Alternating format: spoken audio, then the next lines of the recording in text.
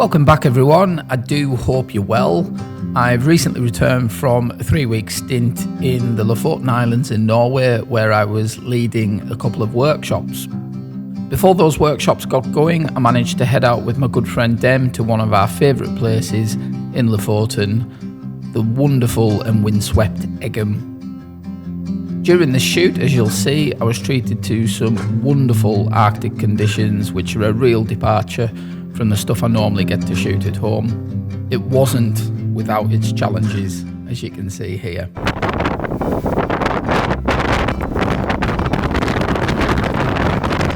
This is really tough conditions to not only shoot in, but to video in even tougher. Massive bit of spindrift coming over my head. This was an extremely enjoyable shoot in proper epic Arctic conditions. Why don't you join me?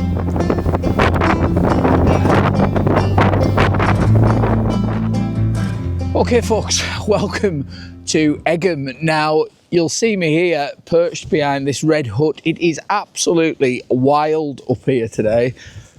Absolutely clagged in snow, spindrift as far as you can see, and really sort of arduous conditions to shoot in up here. It's pretty cold. I mean, it's probably about, I don't know, -3, -4, but when you throw on the wind chill, it's bitterly cold at the moment.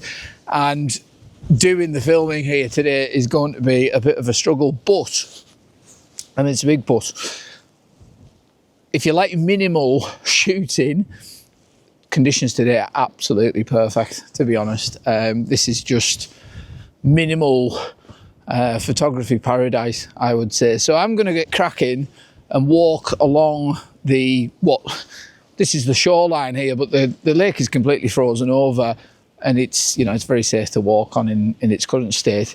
And I'm going to work along and see what I can come up with. But as I say, bear in mind, this is really tough conditions to not only shoot in, but to video in even tougher. So as I speak, massive bit of spindrift coming over my head. So I'm going to get going and I'll join you at my first composition.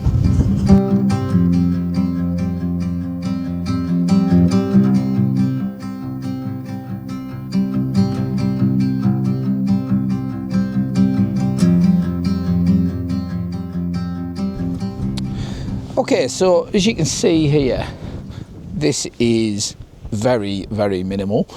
Now Eggum is a location that, if you've been really picky, you would like to actually see a little bit less snow here and a little bit more of these. This is actually shoreline here that I'm walking across. Perfectly safe in these conditions, but very minimal.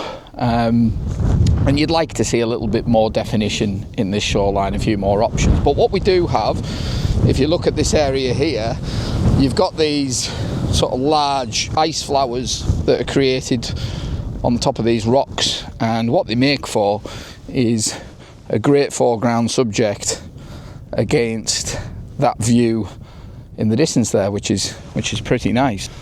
So yeah, so that's what I'm going to be starting with here, I think. I mean, the tendency here when you've got such a minimal landscape is to almost try and find things to complicate it with, find more intricate things to put in the shot. Really, I'm going to play to the strengths here of the location and just really keep this very simple. So this shot here, this is what we're going to start with. Right.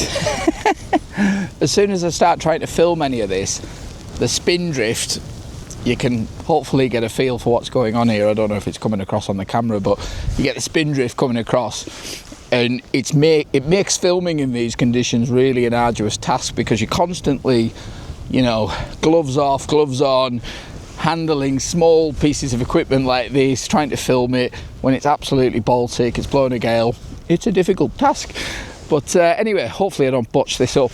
One thing also as well, I'm having to do, I'll just get the camera in the shot of it there.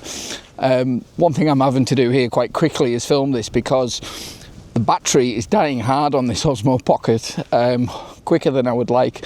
I do have a backup in the car, but this has already lost 20% in about 10 minutes, so I'm going to have to make some of the filming here a bit quick. Anyway, this shot, very simple. As I was saying before, it has to be simple because the landscape here is simple. It's very white, it's very minimal. What I'm doing, I mean, there's a million ways you could shoot this image with this little, well, I'm saying little, it's quite a big ice flower here, but I've got the foreground subject sort of slightly off centre to the right, and just allowing a little bit of the sky on the right hand side to come into the frame. And then the other thing I'm considering is the distant rocks in the mid-ground. They're sort of off centre to the left slightly. Landscape format about 17mm, and really that's all there is to it here. I've no dynamic light to consider, so I can just sort of take my time and get this shot. What I'm probably going to do is wait for a big bit of spin drift, hopefully, to come across, and just add a little bit more to the shot. But if that doesn't happen, this works pretty well anyway. So here's the shot on the screen.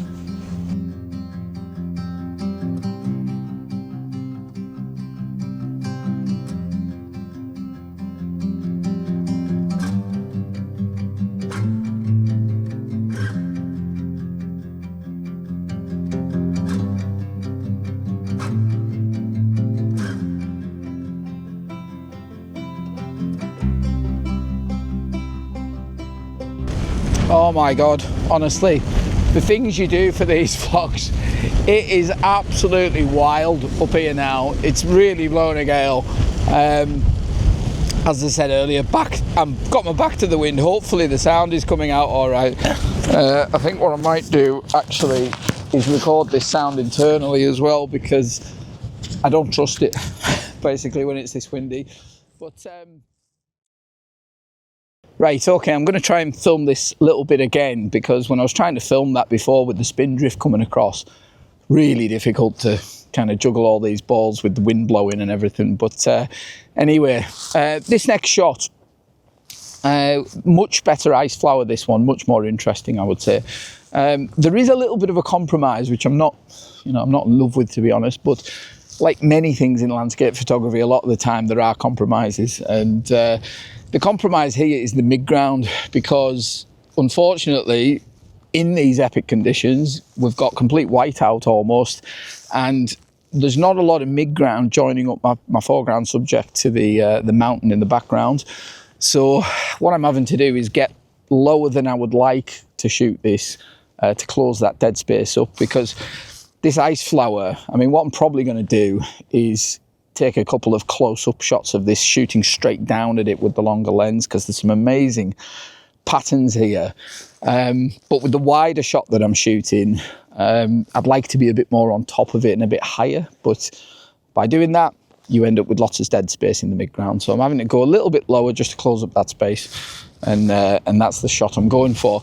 In terms of settings, this is really wide for me. I mean, this is right out at 14-15mm on the wide angle to get the kind of right perspective. Rare I would do that, but when you've got a situation like this, sometimes you need to. So I think it's 15mm, and what I'm also doing is playing around with the shutter speeds, because every now and again the spin drift comes across, and what I'm trying to do is capture some of it in the foreground as it's blowing over the ice. It's very difficult to do because it's really whipping across, so I'm having to really raise the ISO quite high, on about ISO 2000, to try and get a fast enough shutter speed to capture it. So hopefully one of the two of those will be there in a couple of the frames, but if they're not, this still works pretty good anyway. So I'm also going to take 2 or 3 different angles of this. I'm not going to labour doing the video here, because obviously it's very difficult to do, and I don't want to miss the shots. So I'll put the best ones on the screen here. Let me know what you think.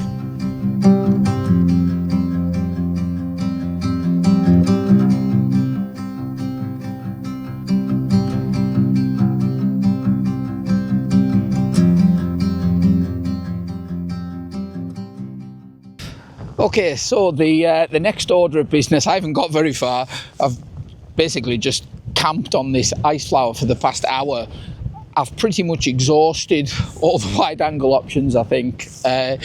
One just little quick sort of learning point, I guess, for people watching this sort of thing is, one of the biggest mistakes I see people doing when they're shooting with an ultra wide lens, I mean, it's not something I particularly enjoy doing a lot, to be honest, but when you've got a landscape like this, you know, it really, really works. But the key takeaway you can see from some of this footage here, just how close and low I'm getting to a lot of this stuff. Now, the low height is partly in due because the mid-ground is a bit dead, but people underestimate just how close you have to get to these subjects often to get the impact in them. I see a lot of pictures, seen quite a few pictures from this place actually, from other photographers, where you can see quite clearly that they've got to a place and then almost shot the thing at waist height or chest height, and they're 10-15 feet away from the foreground.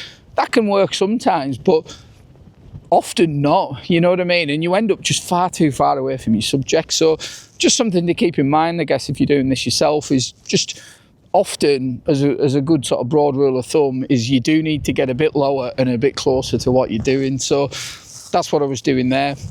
As I say, I'm working this scene really quite hard. We're only talking about an area maybe 10-12 feet across, but there's up-teen pictures here. And I've moved on to some closer in stuff. So I've got the 24-120 on and about 85mm, and I'm just shooting a little corner of this ice flower that caught my eye when I first got here. Little streaks of snow that look like little meteors almost, and then they're set against quite a dark icy background. And in post I'm going to sort of work on the dodge burn quite hard here to bring those out. But I'm going to keep working this scene, see what more stuff I can come up with, and yeah, I'll put these on the screen. Let me know what you think anyway. I'm really enjoying shooting this little section, and as I say, I haven't really got very far, but I need to move on.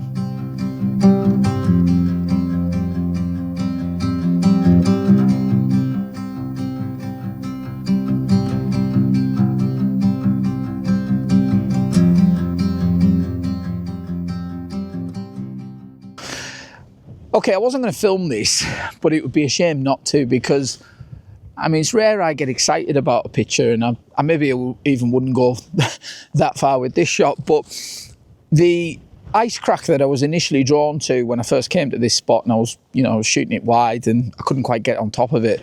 The close-up shot, I think, here works really well. Now, I know this sort of thing isn't for everyone, but when you're in this location specifically, some of the stuff that sort of nature can provide you with, it's just, I mean, this is just a work of art, all these different cracks and textures and colours, and it's almost like working out a bit of a puzzle to try and fit them all together. And this shot here, as I say, I think it works really well. Quite wide for this sort of shot, to be honest, because most of the stuff I've been shooting has been about 80 to 100mm. This one is actually 35mm. But it needs to be that wide to get all the converging lines in. They all kind of meet in the middle with the crack. But you've also got some lovely little textures around the outside of the frame. I particularly like at the bottom of the frame here, you've got these kind of frosty white icicles also in the top corner as well. And then you've obviously got that prominent kind of X crack in the middle. But yeah, really enjoying shooting this little area, and I've hardly moved at all for the last hour and a half, so I really need to move on and explore something different. But anyway, I'll put this on the screen. Let me know what you think.